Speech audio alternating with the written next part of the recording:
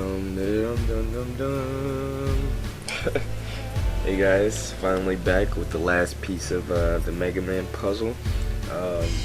This time we're going to be tackling pretty much post-processing, I guess the word for that would be, and yeah, just finalizing an image and putting in the last details.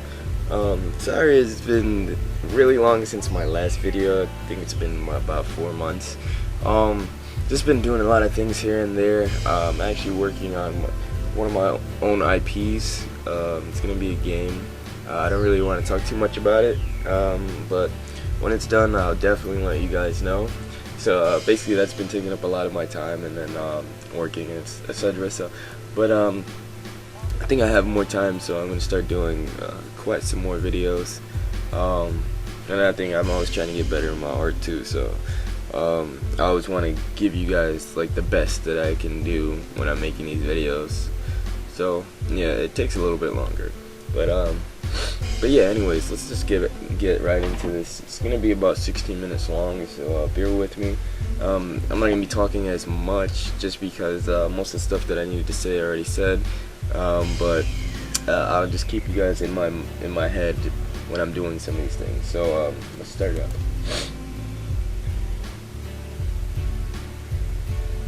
Alright, so basically I have this Megaman. As you can see, I already have a lot of layers, but that's fine. I like working with a lot of layers. It makes me feel more comfortable. Just so if I need to go back and change something, I can just go to that layer and delete it, or change it up from there. Though when I do studies or live studies or anything like that, I do try to use one layer just so I can get, so I don't get that feeling of, man, I don't get that feeling of being afraid later on when I mess up, because then like I could just paint over it. But for doing things like these, I do like using multiple layers just because this image is going to be extensive. It's not a study, and it's going to be taking a span of a couple of hours.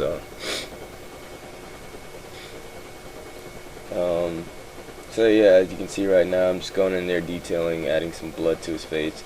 I want him to appear really beat up, like it's life or death type of situation, and he's ready. He's mad. I think I stated this in these other videos that I've done, that they never really have a image of Megaman beat up or looking gritty or grungy or anything like that. They always have him like happy-go-lucky, or if anything, he's mad at the most. He's never like really bloodied or anything like that. So I kind of wanted to just go in there and tread that water and see how it's gonna come out, and I actually liked it. I actually liked the outcome.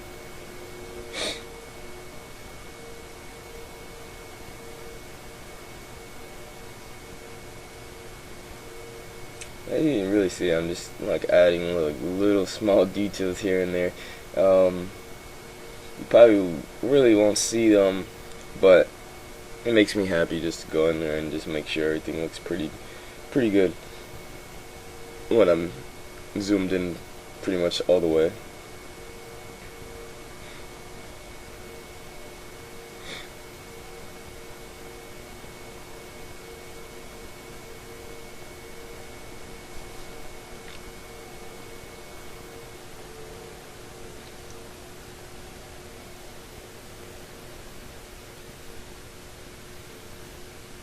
Yeah, and for the little details, yeah, I'm just adding these cracks and stuff to his body. When I do these, I keep in mind where the light source is coming from. So what I do basically is add like a darker line to give it that crack feeling, and then on the opposite end of it, I'll add like a highlight. This kind of just makes it appear like there's an actual crack, like that part is going in.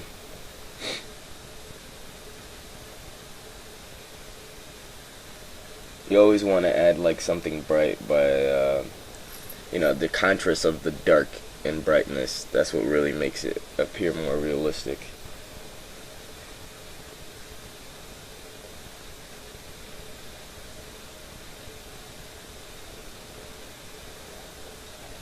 Alright, so what I did just there is I turned off basically all the layers, and then all the layers that pertain to Megaman I flattened down and created one image for that. So I'm pretty much done with that whole deal. You know, I don't have to have many layers of Mega Man. I could just have the one because I'm pretty satisfied with how he looked. Flattened him and then copied him and then made a new one on top. So now I have a brand new Mega Man all on one layer, and now I can go into edit.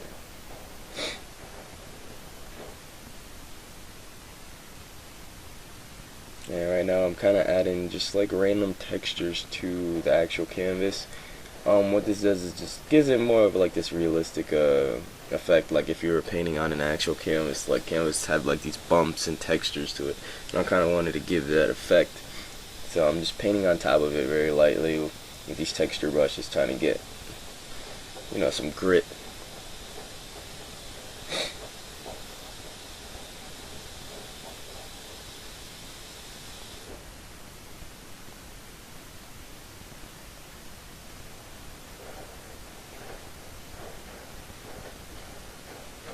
And that's one thing too about painting digital. Sometimes if you paint so much, you get into it, the final product of the actual painting feels too digital. You can tell that it's purely digital in a sense. So I try to escape that by adding these textures, you know, here and there, just to give that feeling of grit. And right now I added another layer on top, and I used the lasso tool. And since the ground is pretty much this like darkish bluish, almost black color, it's kind of boring in a sense. I decided to add some rocks and stuff to the foreground, just to give them some more depth and to break up the ground a bit more.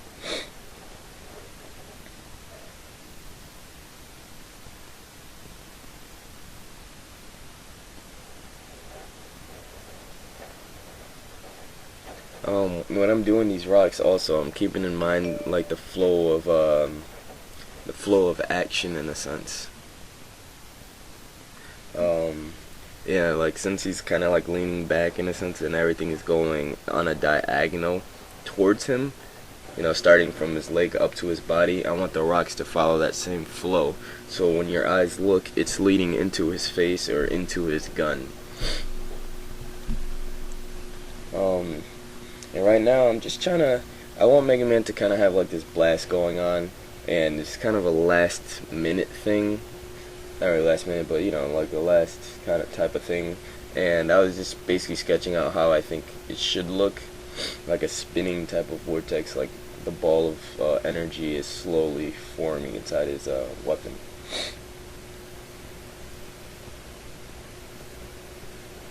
And this technique you've probably seen me do before, adding an overlay layer of color.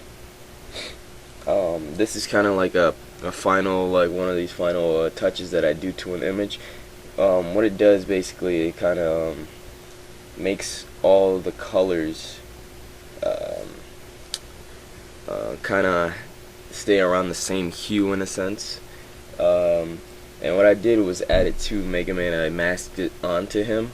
You can simply do that by alt-clicking the layer, and I added it to Mega Man so you can get this more blue feeling to him. Because when I did it, he felt blue, but not blue enough for Mega Man. So I decided to add that overlay layer and change it just as easy as that.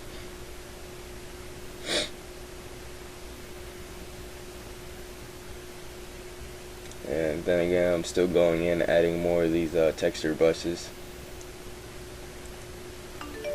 Since his leg is pretty much, you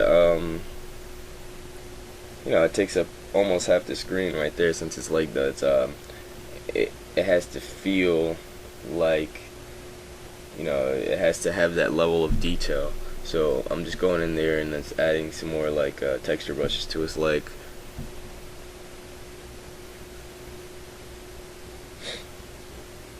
Alright, so right now I'm trying to really think of this design for this blast.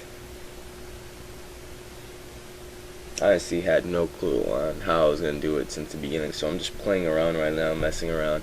Um, Normally it's good to have an idea in the beginning of what you want to do, but I decided, hey, let me see what I can do with this blast. And there's nothing wrong with messing around on another layer and seeing what you can do and seeing how you can try different things to make it work. And if it doesn't work, you can always delete the layer after, so no big deal.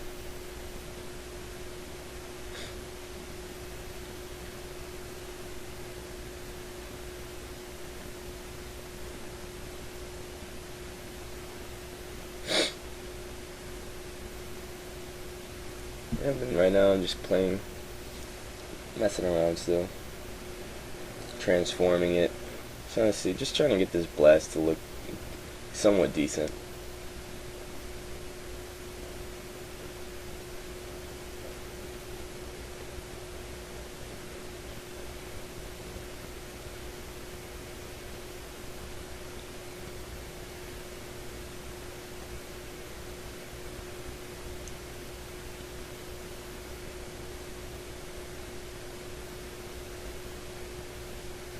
One thing to notice, while I'm doing this blast, I'd rather talk about some other stuff that I'm doing.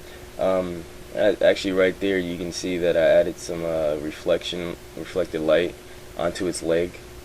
Since his arm is pretty much extended to where his leg would be, there should be like a green, like reflected light off of that. Even those small little details add a lot to the image itself to make it really feel like everything is going in 3D space. And right now I'm trying to add these small little details. One of my subscribers, I think it was AV Animations, he recommended, he was talking about like these, even the small little details add a lot to the picture, and I really do believe that. So right now I'm going in trying to add this little like how would you say, like metal like sprockets, I guess would be the word, to his armor, and just finding different places where I can put it so it doesn't, and so these details don't quite take you away from the image, they just only add to it. And it's always good to add these things in perspective of where everything is going.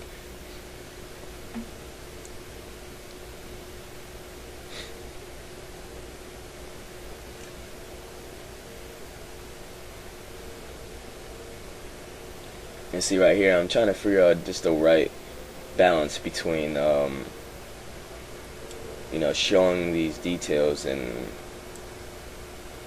I really don't want your eyes to be attracted to them completely. I want them to be, you look through the image and then you see the small little details. So I'm just messing with like opacities and layer styles to make it blend more with the image itself.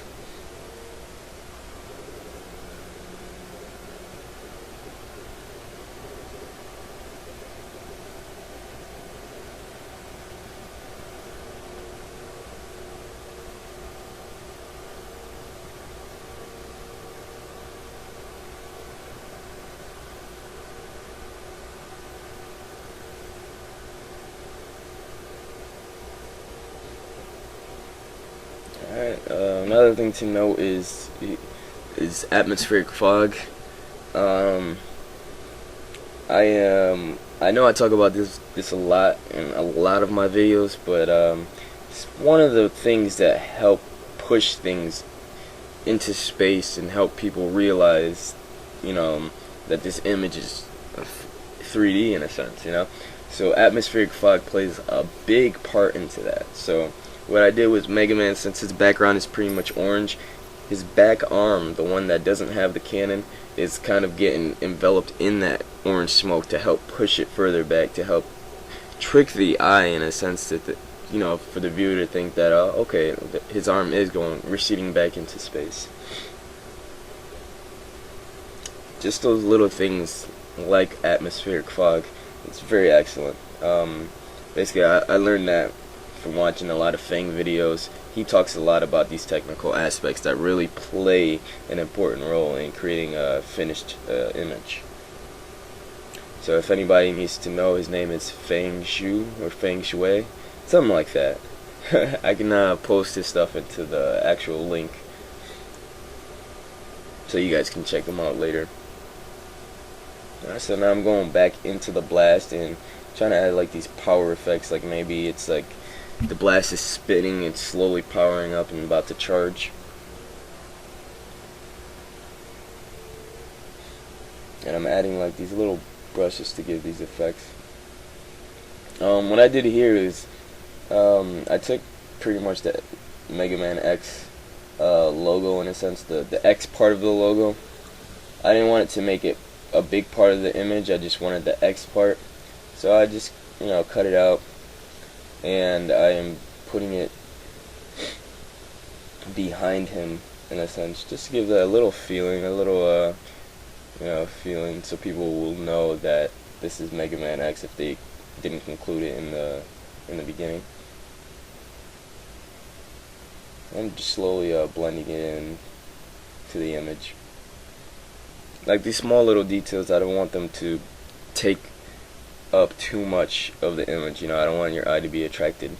I like you to notice it later on. So I'm playing with the opacity again.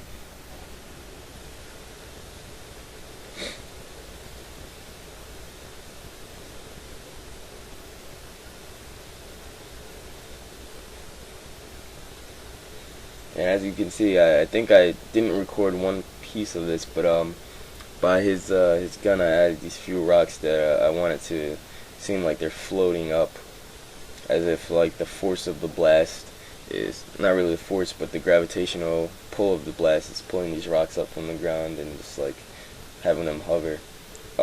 Basically I did that with the lasso tool, and going in and shading and adding light.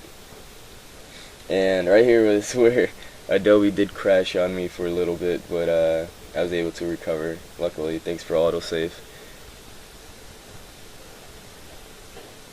And I'm adding in these little slight details.